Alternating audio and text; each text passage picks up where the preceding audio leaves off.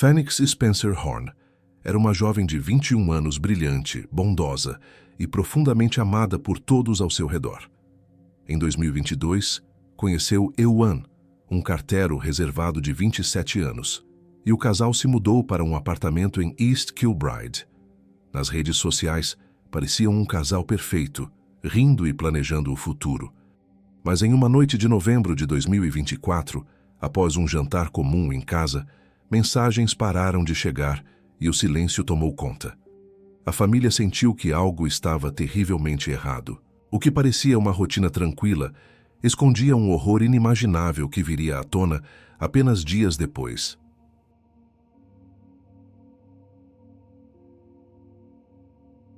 Phoenix Spencer Horn veio ao mundo no ano de 2003, ocupando o lugar de caçula entre 4 irmãos na tranquila cidade de Strathaven, localizada em South Lanarkshire. Essa posição na família a colocava como a mais jovem do grupo, o que influenciava diretamente o ambiente acolhedor em que cresceu. Seus pais, Alison e Graham, dedicaram-se a construir um lar próximo e repleto de valores fortes, criando condições perfeitas para que todos os filhos pudessem florescer de maneira natural e equilibrada. O dia a dia naquela casa era marcado por uma proximidade constante, onde cada membro encontrava suporte mútuo e orientação sólida para enfrentar as etapas da vida. Desde os primeiros anos de infância, Phoenix já chamava a atenção pela forma como demonstrava compaixão quieta, sempre atenta aos sinais de dificuldade ao redor. Ela possuía uma habilidade especial para perceber quando alguém estava passando por momentos difíceis e, sem precisar de pedidos, oferecia ajuda de maneira instintiva e genuína. Essa qualidade se tornava evidente nas pequenas ações do cotidiano, transformando interações simples em gestos de apoio que marcavam quem estava por perto. Na época em que frequentou a Strathaven Academy, Phoenix consolidou ainda mais essa reputação positiva entre colegas e educadores. Era conhecida por ser bondosa em todas as situações, combinando isso com um senso de humor natural que alegrava o ambiente. Além disso, demonstrava uma empatia incrível, capaz de fazer as pessoas ao seu redor se sentirem verdadeiramente vistas e compreendidas. Os professores guardavam na memória a imagem dela como uma aluna trabalhadora dedicada, alguém que não apenas cumpria as tarefas com esforço constante, mas também trazia energia positiva à sala de aula em todos os momentos. Sua presença iluminava as atividades diárias, incentivando um clima de colaboração e bem-estar coletivo. Depois de concluir essa fase escolar, Phoenix mergulhou no mundo profissional com responsabilidade e entusiasmo. Ela passou a trabalhar no Hotel Straven e também em uma cafeteria local, onde servia café com um esforço que parecia zero, executando tudo com naturalidade e precisão. Colegas e gerentes a respeitavam profundamente por causa dessa postura profissional impecável. Os clientes, por sua vez, a adoravam exatamente pelo mesmo motivo, valorizando seu profissionalismo aliado a uma atitude positiva que tornava cada atendimento memorável e agradável. Fora do ambiente de trabalho, Phoenix mantinha uma vida equilibrada e cheia de significado pessoal. Ela priorizava a família acima de tudo, dedicando tempo e atenção especial aos laços afetivos que a sustentavam. Além disso, nutria um amor sincero pela música, que servia como companhia em momentos de reflexão, e pelas longas caminhadas no campo escocês, onde encontrava paz e renovação em meio à natureza. Sua conta no TikTok refletia exatamente essa essência alegre e despreocupada, sendo preenchida com momentos felizes do dia a dia, como sorvetes compartilhados com amigos, selfies capturadas na hora dourada do entardecer e fotos divertidas registradas ao lado dos irmãos. Cada publicação transmitia uma sensação de juventude leve e autêntica, capturando instantes que revelavam sua personalidade vibrante e conectada com as coisas simples da vida. Enquanto Phoenix construía essa trajetória marcada por luz e conexões humanas, outro jovem fazia parte do cenário local de forma discreta. Ewan cresceu na mesma região de Strathaven, situada a poucos quilômetros de East Kilbride, compartilhando o lar com a família e frequentando as escolas da área durante toda a infância e adolescência. Ao entrar na vida adulta, ele assumiu uma posição estável como carteiro na Royal Mail, desempenhando um emprego quieto e confiável que executava com competência e dedicação diária. Para as pessoas que o conheciam apenas de forma casual, Ewan transmitia a impressão de alguém sociável e popular, embora com um toque de timidez que o tornava reservado em grupos maiores. No entanto, vários vizinhos que conviviam mais de perto recordavam detalhes diferentes, como flashes de raiva que surgiam por baixo daquele charme aparente e uma certa frieza no olhar que aparecia quando a expressão dele escorregava por um instante. Posts antigos publicados em redes sociais entre os 14 e os 18 anos dele revelavam um tom violento, raivoso e profundamente misógino, incluindo frases diretas como choke to smash e kill or be killed, que expunham um lado mais turbulento da personalidade naquela fase inicial. Apesar dessas diferenças de caráter, os caminhos dos dois se cruzaram de maneira natural. O casal se conheceu no final de 2022 durante uma reunião familiar, ocasião em que Phoenix contava com 20 anos e Ewan havia completado 25. Phoenix era descrita por quem a cercava como gentil em todas as interações, engraçada nos momentos leves e ferozmente leal aos relacionamentos que cultivava. Ela sempre parecia saber exatamente quando Ewan precisava de um abraço ou de um gesto simples de apoio, oferecendo isso de forma espontânea. Inicialmente, Ewan se apresentava como atencioso, amoroso e dedicado, comportamentos que geravam boa impressão tanto na família quanto nos amigos dela.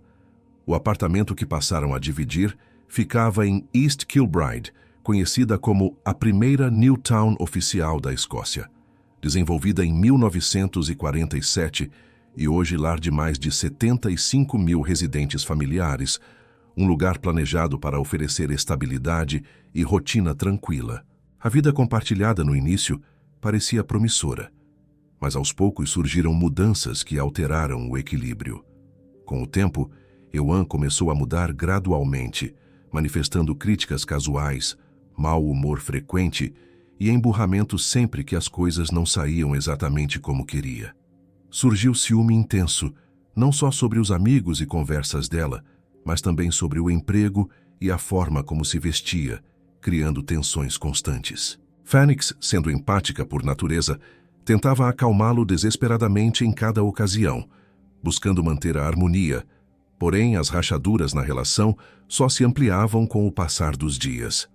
Sua insegurança se aprofundou progressivamente, tornando Ewan volátil ao longo dos meses e gerando um clima de instabilidade crescente.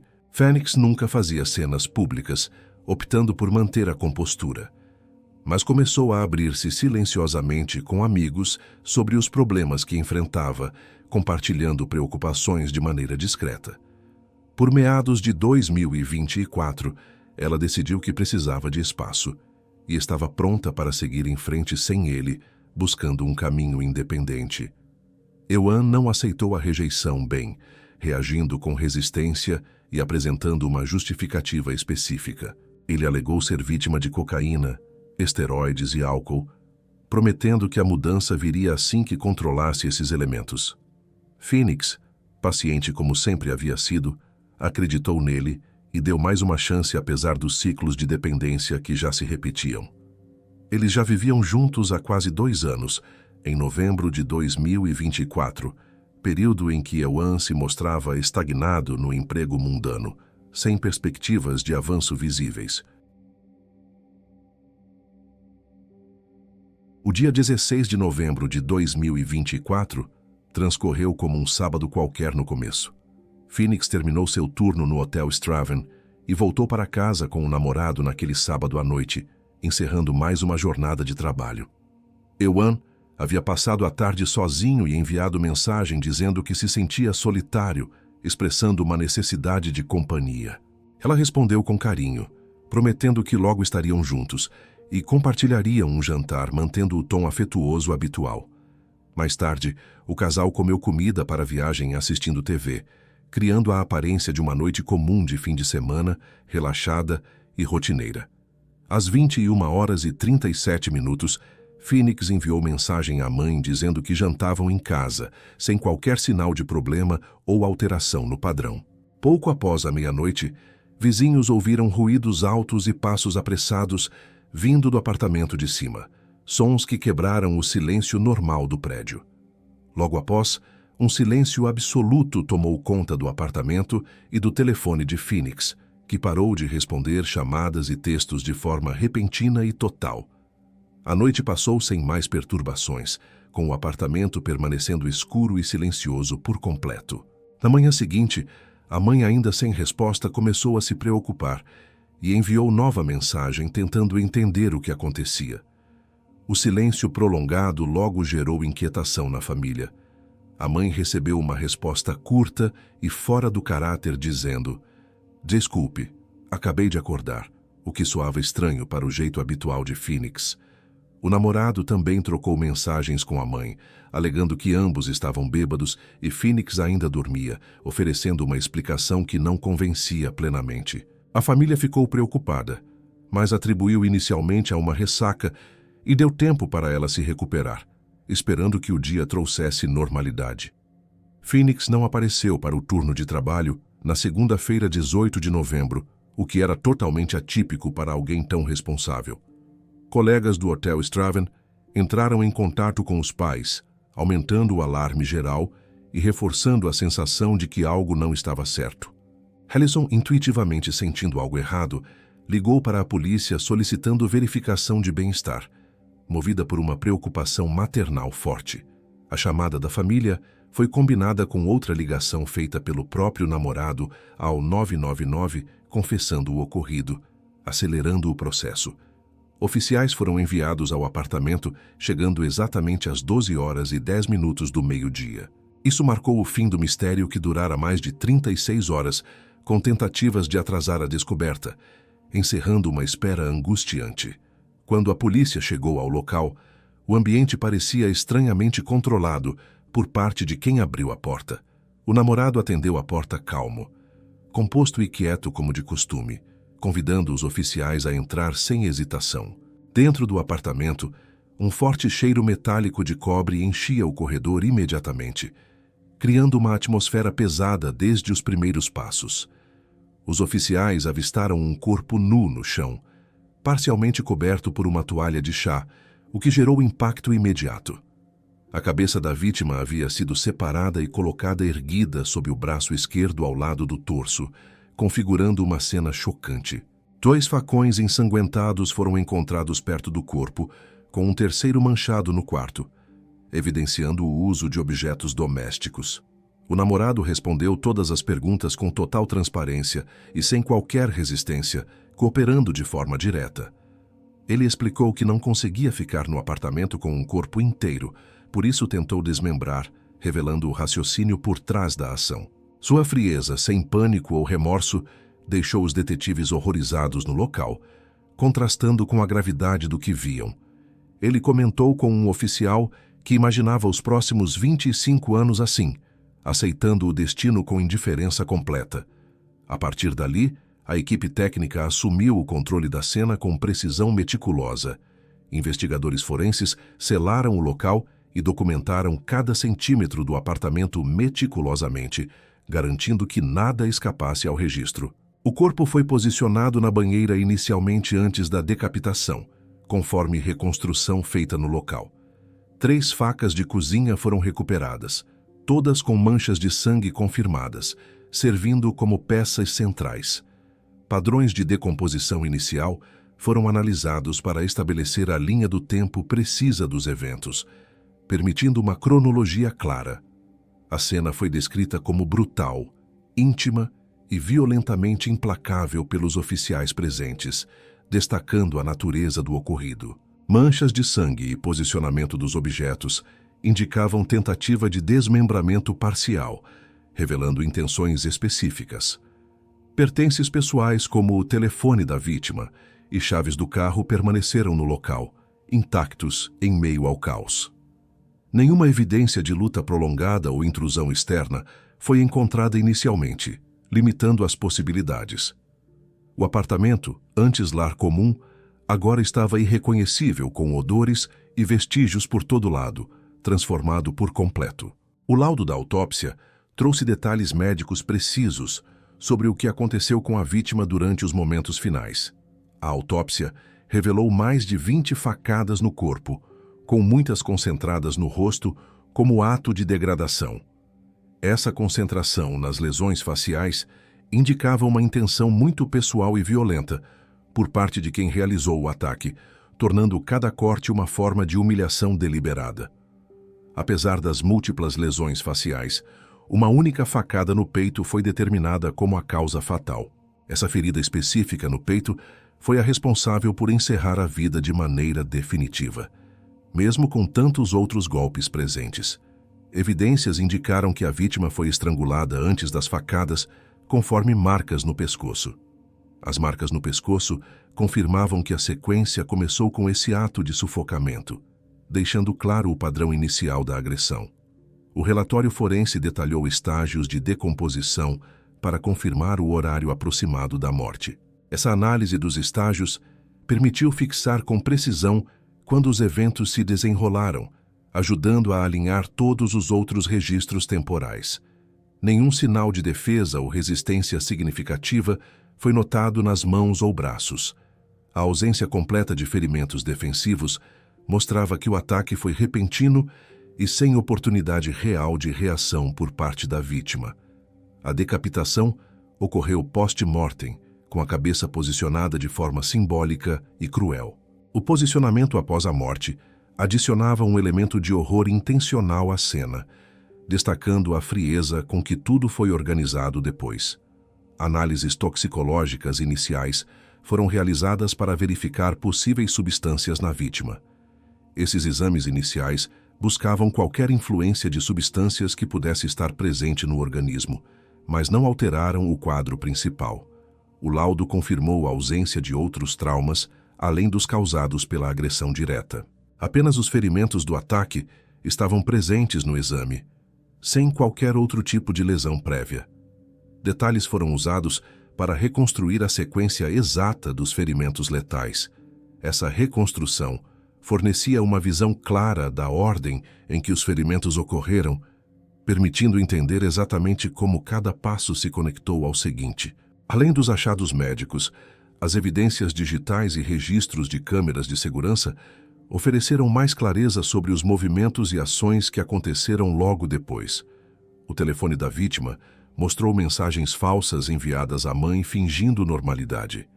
Essas mensagens foram criadas para dar a impressão de que tudo estava bem e rotineiro, como se nada tivesse mudado.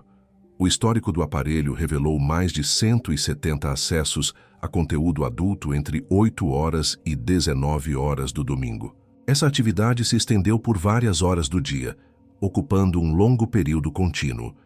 Registros de chamadas confirmaram a ligação ao 999, feita pelo namorado, minutos antes da polícia chegar. Essa ligação foi crucial para definir a linha do tempo exata dos acontecimentos. Câmeras de vigilância da cidade capturaram o namorado dirigindo o Corsa vermelho de Phoenix ao menos uma vez. O veículo foi registrado em movimento na área local, mostrando o deslocamento fora do apartamento. Análises digitais incluíram GPS e histórico de localização para mapear movimentos pós-incidente. Esses dados ajudaram a rastrear os deslocamentos realizados depois, criando um registro claro de rotas. O pedido de drogas entregue no apartamento foi rastreado via aplicativos de entrega. O pedido foi registrado de forma eletrônica nos sistemas, deixando um rastro digital completo. Cruzamento de dados de celular mostrou silêncio total após a meia-noite da vítima. Nenhuma atividade foi registrada depois desse horário, marcando um corte abrupto em toda a comunicação. Evidências eletrônicas foram fundamentais para estabelecer a linha do tempo de atividades suspeitas. Elas conectaram todas as peças do quebra-cabeça temporal de maneira consistente e irrefutável. O histórico antigo de redes sociais do namorado foi recuperado e analisado em profundidade. Essa recuperação permitiu um exame detalhado das informações digitais antigas, complementando o quadro geral. Essas evidências digitais se ligaram diretamente ao comportamento suspeito observado no apartamento após os fatos. Durante quase 48 horas, o namorado permaneceu no local sem pedir ajuda ou contatar autoridades. Ele ficou ali o tempo todo sem buscar assistência externa, isolado do mundo exterior. Ele usou o telefone da vítima para assistir conteúdo adulto repetidamente, enquanto o corpo estava próximo. Essa utilização repetida ocorreu com o corpo por perto, preenchendo horas seguidas. Metade do dia, solicitou entrega de drogas ao apartamento para continuar o consumo. O pedido foi feito em um momento específico do dia, mantendo o padrão de dependência. Saiu dirigindo o carro da vítima, possivelmente para buscar mais substâncias ou descartar provas. A saída foi registrada em movimento, confirmando o deslocamento ativo. Enviou mensagens impostoras como se Phoenix ainda estivesse viva para ganhar tempo. As mensagens falsas visavam atrasar qualquer suspeita externa. Seu pacing constante pelo apartamento foi notado indiretamente pela ausência de ruídos normais. O movimento incessante era perceptível pela falta de sons habituais no ambiente. Não houve gritos de arrependimento ou tentativas de reanimação em nenhum momento. Nenhuma reação emocional foi manifestada durante todo o período. O consumo de álcool, cocaína e esteroides continuou intensamente durante o período.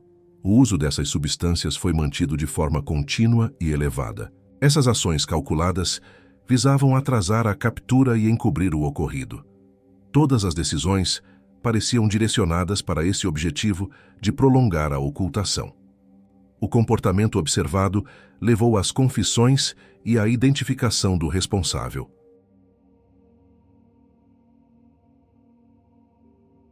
O namorado ligou para o 999 antes da chegada da polícia, admitindo calmamente ter matado a namorada. A admissão foi feita com tranquilidade na voz, sem qualquer sinal de agitação. Na ligação, confirmou que ela estava morta e mencionou a tentativa de desmembramento. Os detalhes foram fornecidos sem hesitação, de maneira direta. No local, confessou sem negar responsabilidade, atribuindo inicialmente a um blackout por drogas. A atribuição inicial foi para um suposto apagão causado por substâncias. Detetives notaram sua fixação em se pintar como homem quebrado por vícios e emoções profundas. A fixação era evidente nas explicações dadas repetidamente. Evidências acumuladas apontaram diretamente para ele como o autor da agressão surpresa após a meia-noite. As provas reunidas indicavam ele como o responsável por todo o ocorrido. O ataque incluiu estrangulamento seguido de mais de 20 facadas, sem motivo aparente ou discussão prévia. A sequência foi repentina e sem aviso, pegando a vítima desprevenida. Vizinhos confirmaram o horário exato do barulho, às 12 horas e 13 minutos, com passos frenéticos. O horário foi corroborado por relatos precisos dos moradores. Sua calma ao responder perguntas contrastava com a brutalidade da cena descoberta. O contraste era marcante entre a tranquilidade verbal e a violência física. Isso fechou o cerco sobre o namorado como o único responsável pelos atos. O cerco se fechou de forma definitiva com todas as peças alinhadas. Com as confissões em mãos, a investigação revelou motivações e ações calculadas. A promotoria identificou ciúme extremo, possessividade e abuso de substâncias de longo prazo como motores. Esses elementos foram apontados como os impulsionadores principais de todo o comportamento. A tentativa de desmembramento e posicionamento da cabeça indicavam intenção deliberada pós-morte. A ação pós-morte demonstrava cálculo frio e planejado. O binge de conteúdo adulto e consumo de drogas mostravam falta total de remorso imediato. O consumo excessivo indicava a ausência completa de arrependimento logo após. A defesa alegou colapso emocional e perda de memória, mas evidências provaram controle total. A alegação não se sustentou diante dos fatos concretos. O advogado de defesa chegou a descrever o cliente como personificação do mal para o tribunal. A descrição veio da própria defesa durante os argumentos. Cruzamento de todas as provas descartou qualquer acidente ou loucura momentânea. O cruzamento eliminou outras possibilidades de forma absoluta. Decisões frias como falsificar mensagens e usar o carro demonstravam planejamento para encobrimento. As decisões revelavam premeditação clara em cada passo. Isso confirmou uma série de escolhas conscientes em vez de um episódio isolado. As escolhas foram deliberadas ao longo de todo o período. Essas revelações levaram à prisão e às acusações formalizadas. O namorado foi preso imediatamente no local após a descoberta e levado para a cela. A prisão ocorreu sem demora, ainda na cena. 2 dias após, compareceu ao tribunal pela primeira vez, sem declaração ou pedido de desculpas. A comparecência foi marcada por silêncio absoluto e ausência de emoção. Foi acusado de assassinato e tentativa de obstruir o curso da justiça. As acusações foram graves e diretas, cobrindo todos os aspectos. Devido à brutalidade, o caso foi transferido rapidamente para o Tribunal Superior de Glasgow. A transferência foi imediata para lidar com a gravidade. Ele permaneceu em prisão preventiva enquanto promotores reuniam relatórios de autópsia e digitais. A preventiva foi mantida durante todo o processo inicial. Testemunhas incluíram vizinhos, família, colegas de trabalho e forenses. Os depoimentos vieram de várias fontes diferentes. Nenhuma fiança foi concedida dada a gravidade e evidências esmagadoras. O julgamento começou em 17 de junho de 2025 no Tribunal Superior de Glasgow, com sala lotada. A sala estava cheia de pessoas acompanhando cada momento. O acusado permaneceu imóvel no banco dos réus enquanto promotores detalhavam o estrangulamento, facadas e decapitação. Os detalhes foram apresentados de forma completa e impactante. Foi revelado o consumo de pornografia mais de 170 vezes e uso de drogas com o corpo presente. A revelação chocou o ambiente do tribunal inteiro. Ele se declarou culpado de ambos os crimes após a apresentação completa das provas. A declaração veio após todas as evidências serem expostas sem contradições. A defesa não contestou fatos, alegando apenas breakdown psicológico sem memória. A alegação foi limitada a essa única explicação. Em 14 de julho de 2025, recebeu prisão perpétua com mínimo de 23 anos para liberdade condicional. A sentença foi determinada com base em todos os elementos. O juiz descreveu o ato como horrendo e condenou a traição de confiança familiar. A descrição do juiz foi contundente e direta. Notou a permanência de 48 horas no local com vícios, revelando falta de remorso. A nota destacou a ausência total de emoção ou urgência. A família leu declarações de impacto, descrevendo dor, heartbreak e fúria eterna.